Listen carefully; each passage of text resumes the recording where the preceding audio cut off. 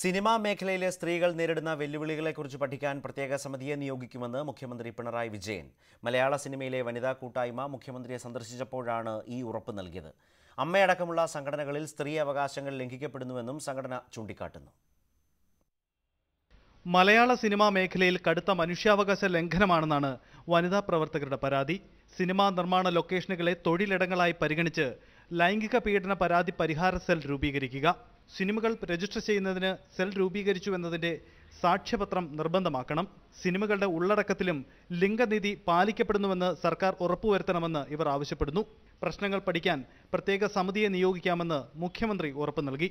ഈ കാര്യങ്ങൾ വിശദമായി പഠിച്ച് ഗൗരവമായി പഠിച്ച് ഇതിൻ്റെ എന്തൊക്കെയാണ് പ്രശ്നങ്ങൾ എന്ന് അറിയുവാൻ വേണ്ടിയും അതിനകത്ത് പരിഹാരം നിർദ്ദേശിക്കുവാൻ വേണ്ടിയിട്ടും ഒരു പാനൽ കമ്മിറ്റിയെ അധികം താമസിയാതെ തന്നെ ചുമതലപ്പെടുത്തുമെന്ന് മുഖ്യമന്ത്രി ഇപ്പോൾ ഞങ്ങൾക്ക് ഉറപ്പ് നൽകിയിട്ടുണ്ട്.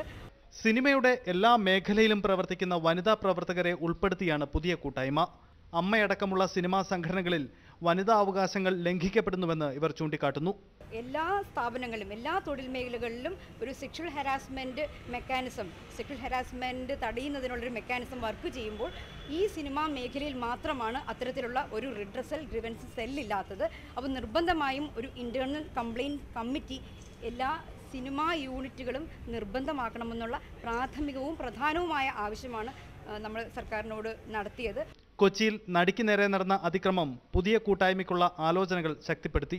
ഏത് വർക്കിംഗ് സ്പേസ് ആയാലും സൊസൈറ്റി എന്നുള്ള നിലയിലും എല്ലാ ജെൻഡേഴ്സും ഈക്വലി പാർട്ടിസിപ്പേറ്റ് ചെയ്താലേ അതൊരു ഹെൽത്തി സൊസൈറ്റിയായി മാറുള്ളൂ എന്നുള്ള ഒരു അണ്ടർസ്റ്റാൻഡിങ്ങിലാണ് നമ്മൾ ഈ ഒരു വോയിസിങ്ങിന് നമ്മളൊരു ഈ കൂട്ടായ്മ തുടങ്ങിയത്. വിമൻ ഇൻ സിനിമ കളക്റ്റീവ് എന്ന പേരിലാണ് പുതിയ കൂട്ടായ്മ.